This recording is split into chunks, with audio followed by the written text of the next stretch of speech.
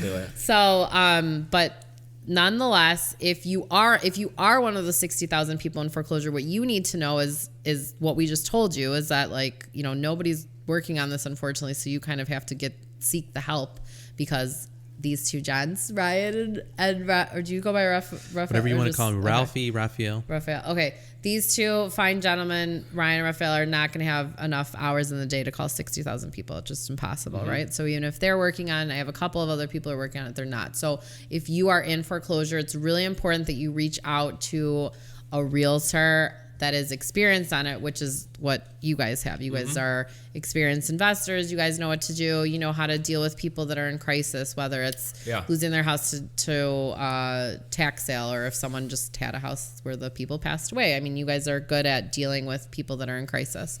So that's important, because they will be a source of knowledge and help guide you through it. Not necessarily, I don't think hand-holding is the right approach ever in real estate, but just be that asset for them to know what's next. And then you could reach out to a lawyer like myself as well, so that I could tell you what to expect legally, because the realtors are only going to be able to guide you in terms of like, this is what it's worth. So, which is important, right? Because if it's not underwater, you do want to know what it's worth. And if it is underwater, you want to know that it's underwater, right? So what's going to happen if you're underwater or not? So if you are underwater, unfortunately, you're underwater. So that means that you don't have any equity. Like you're not going to sell it and get 50,000, or you're not going to sell it and get 100, whatever. That's not going to happen. However, if you do live there, you can qualify from anywhere between $750 to $10,000 worth of relocation assistance. So it's not guaranteed to everybody. If you're with us, it's always on our standard numbers that we send to the bank, and then they will change it depending on what's going on, if the offer's too low or if you don't qualify for whatever reason. But if you aren't underwater, that it's important, because if you're on the clock and if you're missing payments and you're with these two gents that have your house listed, yes, fair market value is always a range, right? It's not just like this house is worth 150. That's it, right? Right. There's like a range. So like, let's say it's what, 120 to 150? Oh, man, we can get a little closer than that, but yeah. So you put it on, no one comes, the sale date's in 3 months. I don't know, you got to drop it, because guess what? When it goes to auction in 3 months, you think they're going to do you a favor and put it at the price that you have listed? No, they're going to just sell it for whatever, and they're going to strip you of all your equity. So if it's worth 150 and you would have got cashed out maybe like, let's say 30, because with your numbers and the closing costs, whatever, when they get to auction, they're just going to take all that money. They're going to sell it for 120, and that's it, and you're done. So try to get your equity out if you're in foreclosure. Does that make sense? Yeah. To save your money. And then if you're short sale, try to get that. And honestly, at the end of the day, if you let your house foreclose, your name's still going to be on the utility bill for the municipality, the electric bill, all that other stuff. So by you coming to you guys to sell their house, they're going to be in a better position with like the silly bills, which sometimes get pretty scary. Like I've seen $20,000 water bills, like bad. Yeah. So quick question. So Illinois is a judgment state, right? Or like in foreclosure, it goes for like there's a time period. It doesn't go to an auction right away if you're delinquent on your right. Isn't that what it's called? A judgment state. So I think it's if they use court or not. Some states don't use the court system the way that we do. Right, exactly. And then, yes, so there's a period with like judgment. So basically, like when you stop making payments on your house, depending on your bank, they will record a lis pendens foreclosure somewhere between 1 and 3 months after you miss a payment. And then usually, like let's say in Cook County, if you live in the home, probably judgment gets set around 6 to 8 month mark. Okay. And then it forecloses 1 to 3 months after. But if you don't live in the house in Cook County, then it's 6 months that you'll foreclose. So if you're going through a foreclosure, I've seen a lot of foreclosures that are over even like 8 months. Like I would look at like court docs, and it would just show that they would keep showing up to court and just keep they would keep extending the court dates. Yes, but sometimes that's bad when that happens. Well, at that point, I think that not because of what you're thinking though. Because that usually means when you see that usually means that they've hired a lawyer to pay monthly to try to keep them in the house. But that's keep them in the house as a euphemism for like, I'm going to delay your foreclosure. Yeah, and you're still going to lose the house. Yeah, it doesn't and make then any it usually sense. For sure. forecloses. It's gonna and you foreclose. guys know if it forecloses, they can't. I mean, they have to write that they foreclosed on loan applications. Yeah. To get traditional financing, it takes 7 Yeah. years as opposed to 3 to 4 years if you do a short sale. I was just going to ask you or that if you question. sell, or if you sell it, right? So if you're not underwater and you just sell it, it's not, you don't have a foreclosure now on your credit. So if somebody goes through a short sale, it's 3 to 4 years that until you can purchase a home With traditional financing. traditional financing like FHA or even conventional. Yes. Getting FHA and conventional. Getting a bank loan. But they can buy, there's programs where one day after short sale, you can buy a house with 20% down. I knew there was. That's what I was that's what I wanted to ask you because So there's life after foreclosure. I don't even want to say short sale anymore because it's 2020. So now some people are underwater and some people aren't. So there's life after foreclosure. Having a foreclosure filed on your house.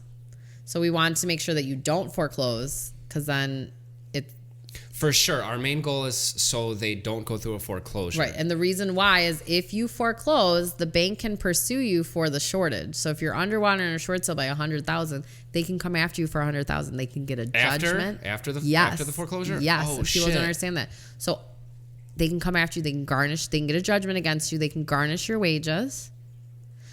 And then you have to file for bankruptcy to try to get that to stop. So it just is a big mess. And do you know that statistically, like 75% of all people that are in foreclosure, their house goes to auction and the bank buys it back. And that's because us realtors Are not doing your reaching job. out. Job. You got to be door knocking all these people. Okay. Your job is. I liked it better when brokers used to be called salespeople, because then you knew every day what you were supposed to do. That now is a bad word, especially in Chicago, like you said, New York. Right now they call it. My friend and I laugh about it. They call it matchmaker. There's people. Yeah, there's people. I'm a matchmaker. There's people that no, don't you're want not. TV. You're a salesperson. They don't want to walk into Best Buy because they're afraid someone's going to sell them a TV. You know what I'm saying? Like they're no, we're good, and they.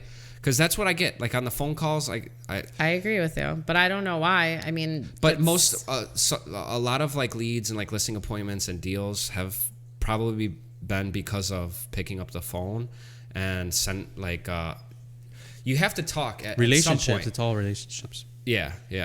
So, but I think for you guys, your approach should be wherever your investors want and smaller. So don't call all those people. Just For sure. call 100, 200. And then the people that are listening, like, don't let your house foreclose because as one of my friends used to say, when you let your house foreclose, the nightmare is just beginning. Because then judgments and bankruptcy and just, it's a big mess. So you can exit gracefully if you contact a realtor. You can exit gracefully if you contact me. But if you contact a bankruptcy attorney, you're still going to foreclose. Some people will file bankruptcy to save their house they file bankruptcy to get rid of their house, but you guys know, right? You can only get rid of a house via a sale, whether it's a sheriff's sale, like when it forecloses, or whether you're selling it to someone that you guys help find because you listed it on the market.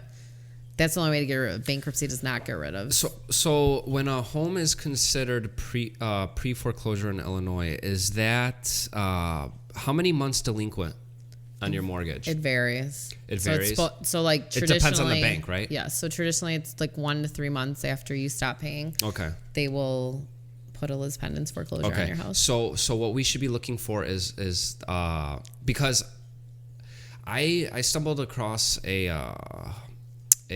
pre-foreclosure, but it was really, really late in the foreclosure process. That's fine. I wasn't hunting for it. It was just it was circle prospecting. I would like to know how to get into the area, like when they first got a lis pendens, when they first were delinquent. Right. Because essentially when you're that far on the timeline, shit's is a lot sketchier. So, and I think there's a lot more you can. Okay. I think. My question is, how do I start finding them right away, faster? Okay, so when you find them right away, so RedX has a filter for that, and so does ILFLS.com. So does Remind. Okay, so but Remind they have probably to has all the vary, most but Remind has the least accurate of Really? what stage they're on. Remind really not. Terrible. Yeah, it's not that great. They're pretty new though, aren't they? Well, Remind's Maybe been that's why around they're for a not little great. while, but I think they like revamped their they're just always saying that it's in a certain stage that it's not. So like they'll say there's a that's sale bad. date and we check, there's no sale date. So like honestly, in my opinion, just go. Don't. That's what I'm saying. Like, cause that. To the house? No, like realtors always spend too much time on like trying to figure stuff out. That's like a lender's job or a lawyer's job. Just go. Just call the people, because it doesn't matter at the end of the day.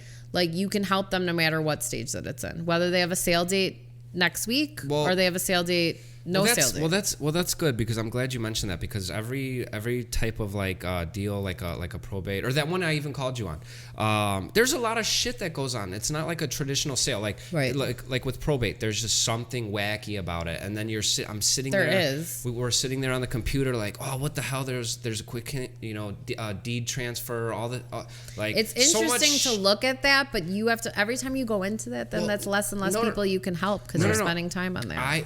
I like that you say that, because it takes a lot of our time, but there's other like attorneys and shit that like want all the information, and they're like, what the hell, what are you doing? This realtor doesn't know what the hell he's doing or talking about, giving me this, you know what I'm saying? So people say that about me all the time.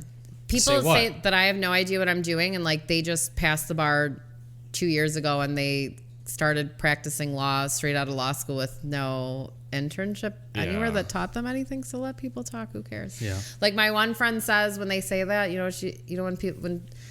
when you're trying to like justify something of why you do something by what other people are talking crap about you, you know what she says to me when I tell her that? She goes, so?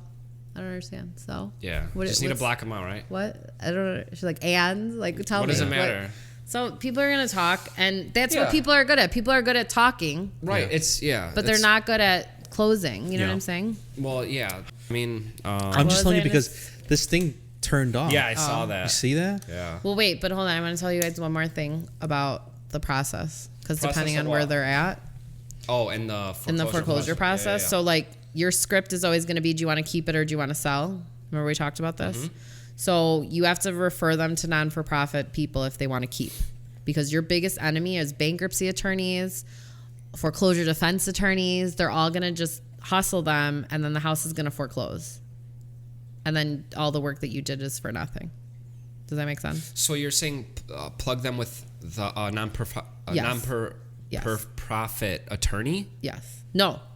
HUD counselor. Oh, a HUD counselor. Because they will tell them straight up whether or not they qualify. So like, let's say you find someone, they lost their job, they have a 2% interest rate because they bought like during the recession, right? And then they're like, I want a loan mod. With what you have no money and you're at 2%. What could they possibly lower what are they going to give you? Negative 2%? Like, what are they going to do for you? You know, a percentage point lowers the payment like nominally. Yeah. So like they'll at least be honest with them and let them know. They'll tell them straight up. And then this is a good person for you guys, because then they'll refer people to you, the non-for-profit. They'll say like, these people can help you. You're in foreclosure, you want it listed? Call these two gentlemen. They'll help you. Do you see what I'm saying? Yeah, got it. So it's like a two-way street, but nonetheless, they will help the people, which is first and foremost the most important. So like, let's say that person denied. Guess what? Now they're going to go back to you. So now you weren't the one to say no to them. Oh, I see. Yeah. They were. You still look like the superhero. So don't tell people like, no, you're not. Like if they tell you this, see, that's what I'm talking about. Like getting into too much stuff. Like who cares? Don't ask. Like I don't care what their hardship is. Do not ask people what their hardship is. Do not ask people. Like don't like pre-qualifying people like that just prevents you from doing stuff, and then it also like pisses people off because you're gonna know that they don't qualify. But if you tell them no, then they're gonna be like, well, I'm gonna go to that realtor that didn't say that to me. That's you true. See what I'm saying? Yeah. So like tell people what they want to hear. And let somebody else say the bad stuff to them. Do you know what I'm saying? Be like, oh yeah, like I'll help you keep your house. Go to this person, whatever. But don't even like let that come into your head. Do you see what I'm saying? Because like just go here. You want to keep it? Go to the non-for-profit. Okay. Ask them what they want, and then try to fulfill that. Right. And if they're unable to, let somebody else tell them that they're unable to. Right. And then that person will send them back to you. So now let's say another person kind of qualifies, so they submit them for loan mod, the non-for-profit. They could still get denied. So then guess what? When they get denied, then they're going to come back to you. But you have to be keeping in touch with all these people. Like, hey, did you go to the first appointment? Oh, you're submitting for loan mod? Okay, next month, how's it going? If you organize all these people into little slots, I have a spreadsheet for it. I was gonna ask you that. I'm like, because So I know then you I could know, just mass text people like, hey, where are you guys at? Do you need help? Do you need comps? Do you need, right? right. Yeah. Because then they can come back to you. And then guess what? Some people are going to get approved, but loan mods are like second marriages. They have a high divorce rate, right? Yeah. So a high incidence of redefault. Yeah. So they're probably next year going to call you, or 2 years from now going to call you. Why? Because you kept in contact with them this whole time. So every month you're going to text them like, oh, I'm so glad that you got the loan mod. Do you want to come to Looks Leads Lifestyle with me? Because I know you just opened up your own business. Yeah. That's why you qualified. And we're going to learn about how to take your business to the next level. And now you're going to forge this nice relationship For sure. with them. You guys are going to have awesome. this like hunky dory thing. And then they're going to keep their house. And if they get in trouble, or maybe they're good and they're just selling it because they want to, or you're going to be a good realtor and you're going to say, no, you keep it and let's build your empire, and then Let's have get them another one. keep buying more and more investments, which I know you guys are good at. So. Yeah. Yeah, that's Very awesome. good. So I know